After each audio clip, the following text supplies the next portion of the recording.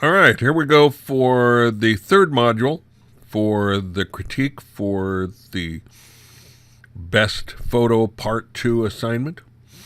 And we'll start off with another really interesting shot, not exactly a still life, but close, and really kind of a fascinating concept in the piece.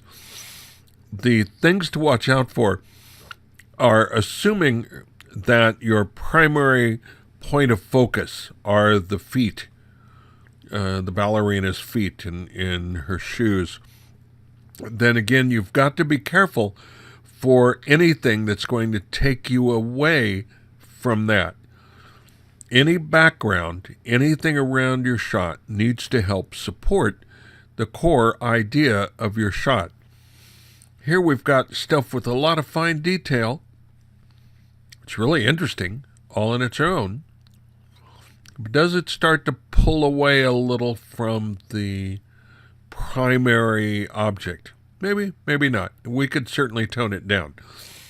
One thing that does start to affect it is you've got these really strong vertical lines in the legs and feet. But the square format tends to take away from it. Now, I like square format. I used to shoot it a lot using medium format cameras. But sometimes it's just not exactly right for a shot. So let's see what we can do with this one. First of all, let's see if we can help this a little bit by making the legs stand out some from the background. And I'm going to do what I did with many of the other shots, is I'm going to make a duplicate layer, do a multiply layer, and now the first thing I'm going to do is just use an overall opacity adjustment to bring it back a little. Not totally, maybe about there. And then with the layer mask, I'll pick a black brush at a fairly low opacity. And I'm going to use the bracket keys to make the brush resize.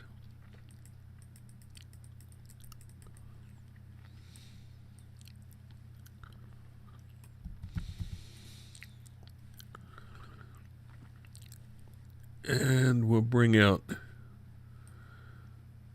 the shoes a little more. Now they're starting to stand out just a little more from the background. What I'm also going to do is, now that I've got the legs standing out, I'm going to crop this a little and see if it helps to bring things in. I don't need to have all of that toe. I know what this leg does. This one is important to see. So I'm going to bring this in just a little. Now what's happened when I do that, if we look at our thirds breakdown of things, we now have these intersections doing some fairly important things in our shot. So let's take this. Now let's see if we can make these stand out just a little better by enforcing some depth of field. So I'm going to go ahead and flatten this since that's where I want it. So I'll do layer, flatten image. I'm going to make another layer, and this time on the bottom layer, I'm going to just slightly diffuse this. So I'm going to go into filter, and because I want it to look a little like a lens blur, as if this were shallower depth of field, I'm going to pick lens blur.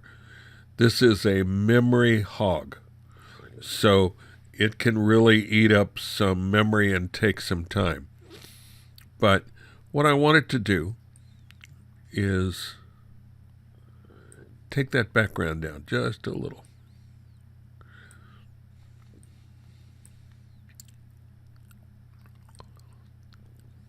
I don't have any specular highlights to worry about that much.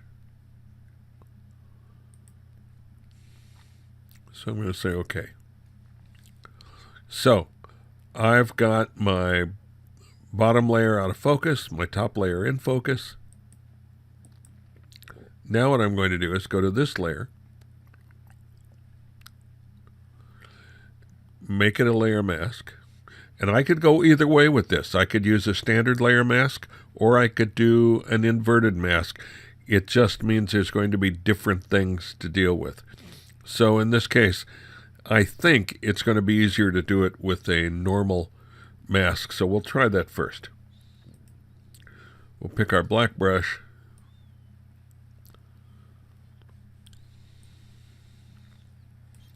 And we'll go through and we will soften this background.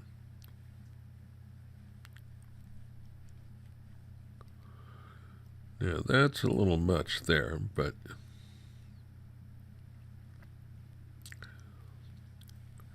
now I'm letting this bleed a little into the main subject because all I have to do to bring that line back out is to switch over to a white brush,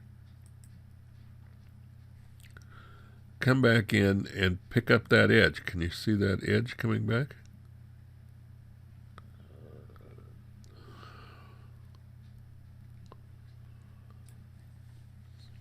I'll go back to my black brush and finish up this side.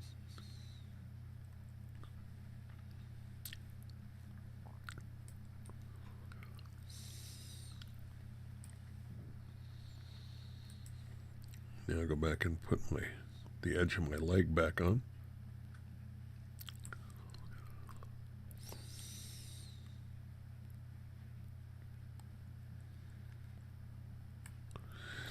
Now, I think this foreground is blurred a little too much.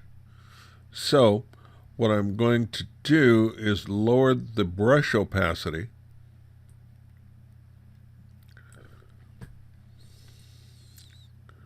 And bring it back just a little bit so that it looks like it fades in with normal depth of field. And what this lets me do is bring those legs out away from the background so that they become the serious part of the photo. So let's flatten that.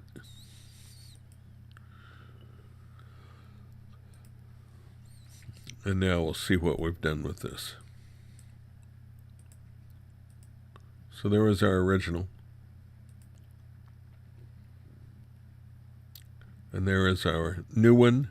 And because of that, I'm going to do one more quick thing.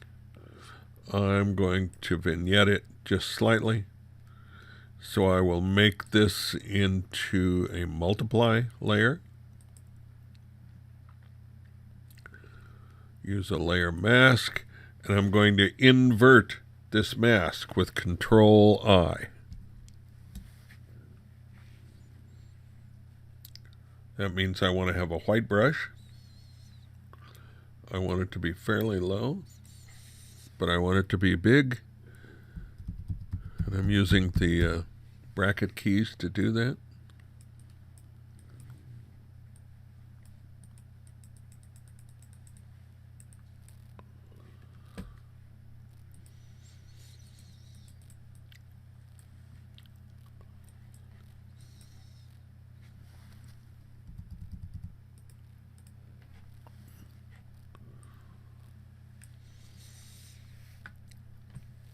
And now we've got our legs really standing out from that background.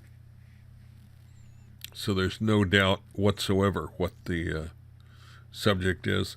And these colors and shapes now pick up the color and shape of the legs and the shoes. So it works pretty well. Let's see what else we got. Wow, this is a fantastic tree. I love this tree. Boy, when I was a kid, I would have spent a lot of my time playing in that tree. Our only real issue here is that the tree is buried in with all this other detail. We could attempt, like we did with the shoes, to soften this with some really fake depth of field, but it really needs to be shot with a shallow depth of field, or maybe a different point of view, maybe being over this hedge and shooting from the ground up to put all of the stuff behind the tree and behind that hedge on the far side. It's a great tree, and it's technically a good shot of it. But the point of view, the concept of it, leaves so much going on. It is so busy that it's hard to tell what the real shot is all about. So what I'd suggest that you do for this or for another assignment, and we'll have some on depth of field, is that you revisit this tree. This is really a cool thing. And see what you can do to work it over a little better. Make it a stand out by itself. Really make us look at this tree and forget about all of this other stuff going on in the background. So that's one I think is the solution to that isn't in editing, it's in the camera. So let's try another one. Okay, so here we have a portrait of someone, I assume a friend, sitting in some type of restaurant or pub or whatever. It's a little difficult to figure out exactly what is going on. If it were a portrait, then we would see more of his face. He might be holding the glass, but would be able to see more of what he really looked like. If it's a documentary or an event shot, that here is a person in this particular facility, then we'd probably want to see a little more of the facility, a little more of the action that's going on around it to indicate why he would want to go there. As it is, let's see if we can make it at least technically a little bit better. The shirt and this part is really a bit overexposed. So let's see if we can bring it down some. I'm going to use the standard editing approach, first in levels, because this lets me show you this spike. See this huge spike that's at the end? That's this white blown out stuff. There's no way to recover that, really. So we're going to darken everything a little and see if that helps. Not much. This is so gone. I'm going to say okay and see if even at this stage it's possible to bring this out with the camera raw filter. I'm not sure it is, but we'll give it a try. Well, it just got a whole lot better, didn't it? Bringing those highlights down. Cool.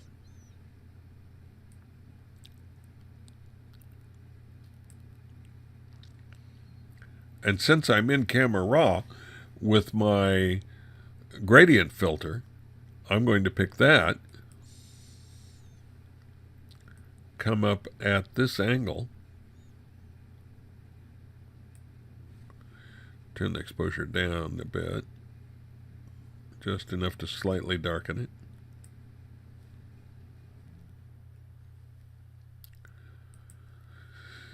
Say okay, and now we've done a little better job with that. I would probably darken some of these brighter areas because they really are taking away from him.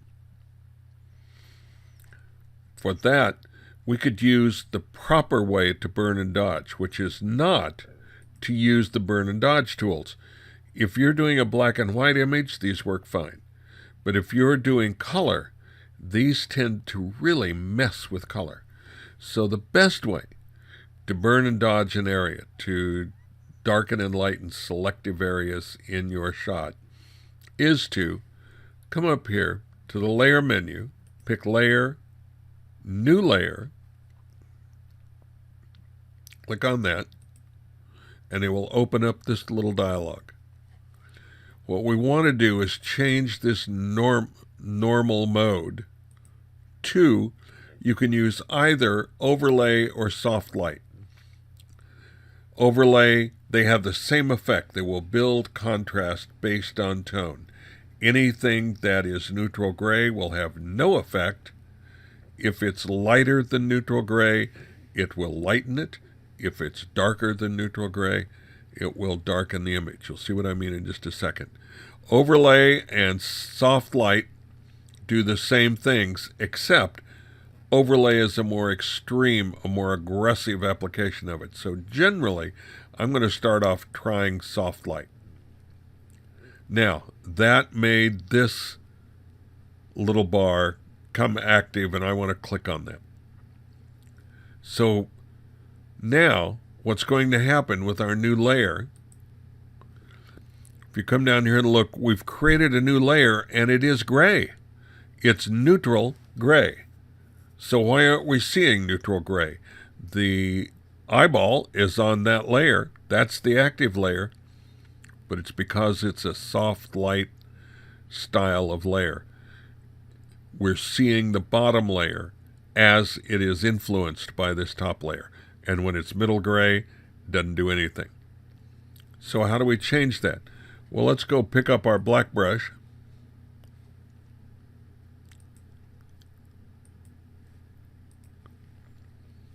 And I'm going to turn it down a little because it's going to apply things fairly quickly. Let's leave it at 30%. That'll do. When I paint on this layer with black,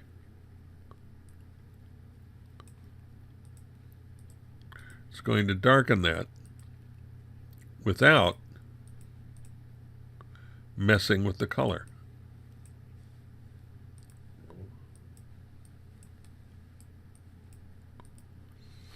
If we look down here at the icon, you can see where I've painted with black on it. Here's the layer beneath it that's being affected. Now, if I wanted to lighten something, let's say I wanted to bring out some of this stuff behind him, I'd switch to a white brush, and now I can lighten that, again, without screwing up the color too much. So this is a really handy way to burn and dodge. Again, if we look at the little thumbnail, you can see where I've painted it with white, where it's painted with black. Everything that's middle gray, nothing happened to. So it's a really handy way to burn and dodge. Okay, let's see what else we have. Well, here we have an evening landscape, cityscape of the good old San Diego skyline with North Island there on the side. Our problem with this shot is twofold. We've already talked about having the horizon right smack dead in the middle. But let's go ahead and fix that first thing. So we'll go to the eyedropper, the ruler tool. Remember this? This is really our horizon line. And now we'll come up and straighten that layer. So that's all straight. Now we'll go ahead and crop this. Again, you could use the clone tool, but in this case, I think this needs to be cropped anyway.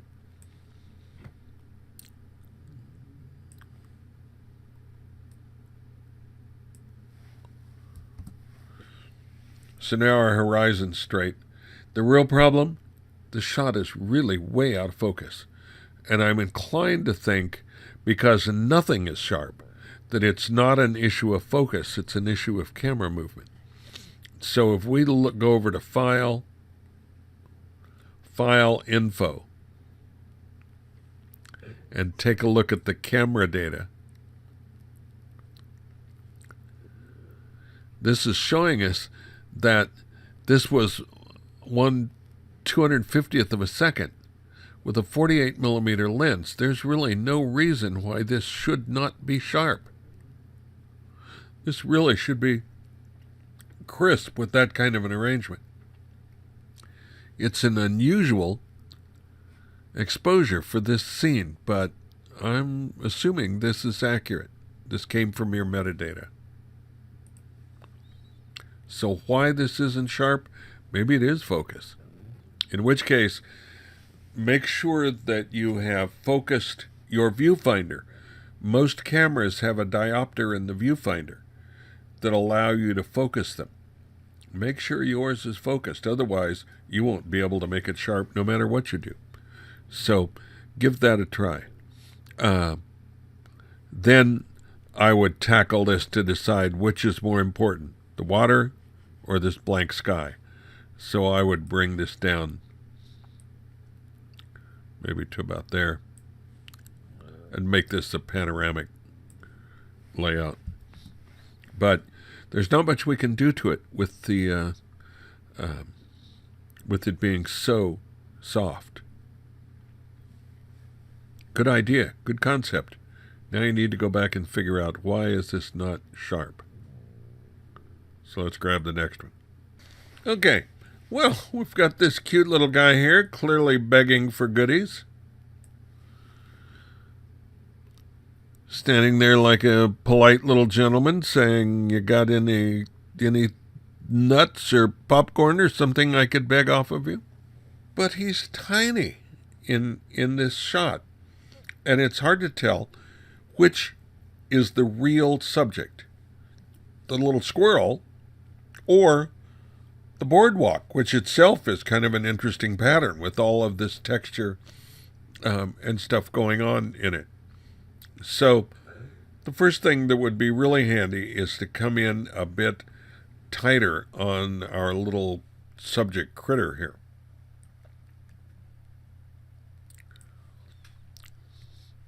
So that we lose as much of the distracting background as possible. Now he's dead centered in this shot. There's virtually no way around that at the moment. But because his shape is this vertical, and the board lines fight that so strongly, I'm trying to minimize them and come in with the overall shape being vertical to try to help us really pay attention to him or her. Can't tell at this range.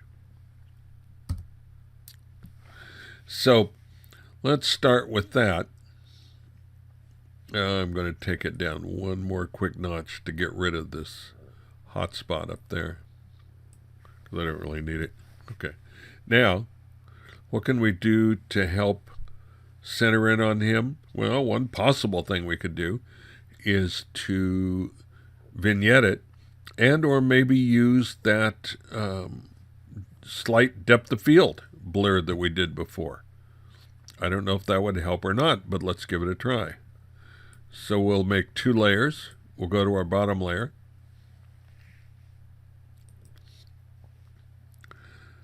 We'll use our blur, lens blur. Now, one thing to pay attention to when you're doing this, all of these settings, anytime you're blurring or sharpening or doing whatever to an image, the lower the resolution, the more touchy these settings are. So we don't have much blur going on here, but we have definitely created a blur in the background. Okay, let's come back to our top one. We'll make it a layer mask. Go for a black brush. And now what I want to do is just barely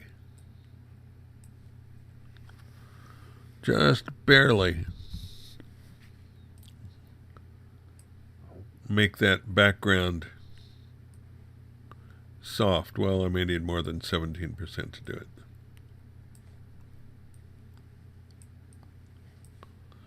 And just barely soften this foreground a little. Can you see what's happened?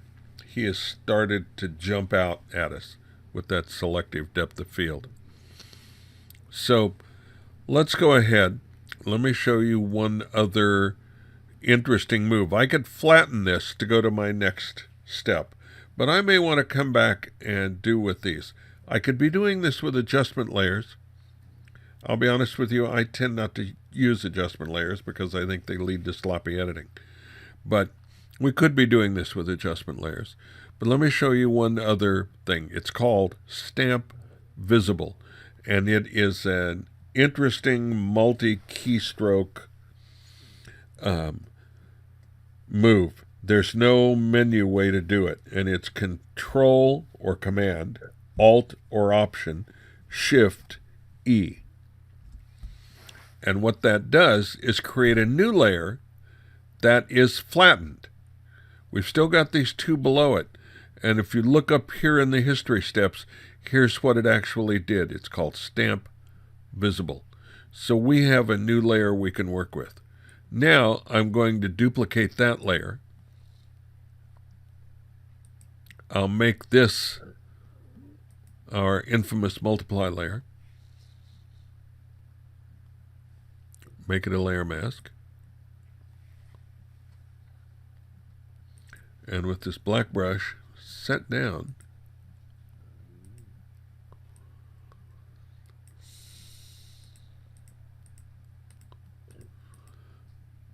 I'm going to lighten our little guy in the middle here.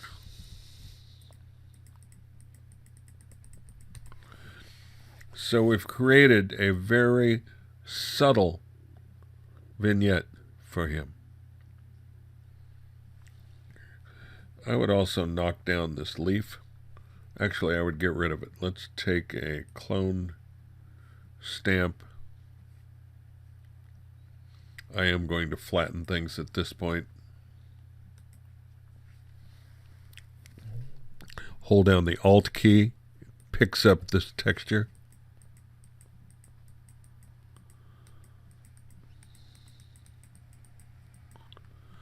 Now we have one leaf gone.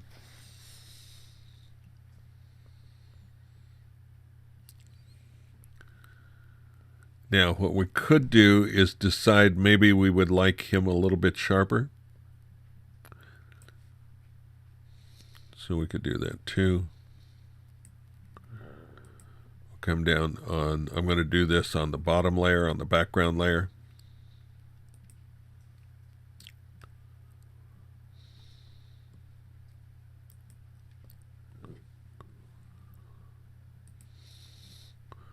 I'm going to do it again. Now we'll come up on top, do a layer mask. Oops, I only needed one.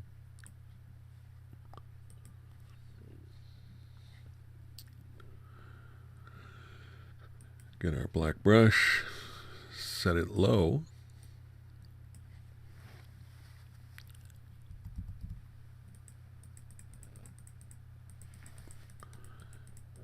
And we'll just sharpen our little squirrel a little bit. So there we have our final. I'm going to go ahead and flatten that, and then we'll take a look at a before and after. There was our before. There's our after. Okay. Let's go to the next one. Oh, this is a great expression on this cat. I love this. And wow, what green eyes. Green eyes you have, sir. Beautiful use of depth of field. This is very nice shot. I might get rid of just a little bit of this. We want people to look at him. It was good to put him off center. That's always better. But we still have some dead areas over here that are kind of conflicting with what we're doing.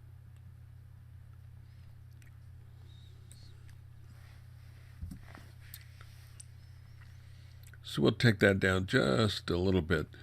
What I would also consider doing is knocking down this bright white area, and we can pick up this area to do it. Here's a good way to handle highlights generally.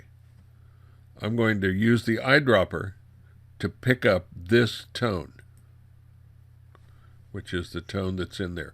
It's very pale. It's just that it's not white. That put it in my foreground color. I'll make that my brush color. And now I'm going to tell the brush to darken. And what that means is the brush will only paint on the color of the brush or lighter. it won't paint on anything darker. So I come over here and try to click. I'm clicking away. You can see it in the history brush. Nothing is happening. It's got to be here. So I can knock that down just a little so it isn't quite so bright. And I don't have to worry about spilling over because the cat and everything else is darker than the brush color. So it's a very handy way to deal with stuff like that. Once there is tone there, then we can burn it or dodge it or vignette it or do whatever we want to. If there's no tone there, if it's white, then there's nothing we can do except create a really ugly color for it. So I'm going to vignette this just a little bit. We'll make our duplicate mask, or our duplicate layer rather. Make our multiply mask. I'm going to bring this down a little.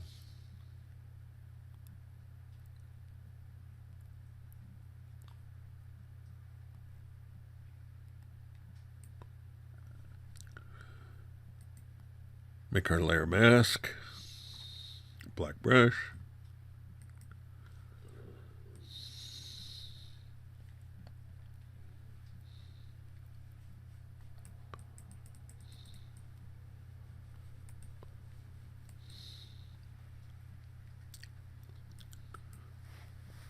And now our wise old cat here can really stand out from the background. Very cool. Nice job. Okay, so with that, we're going to end this module. We'll have one more after this one.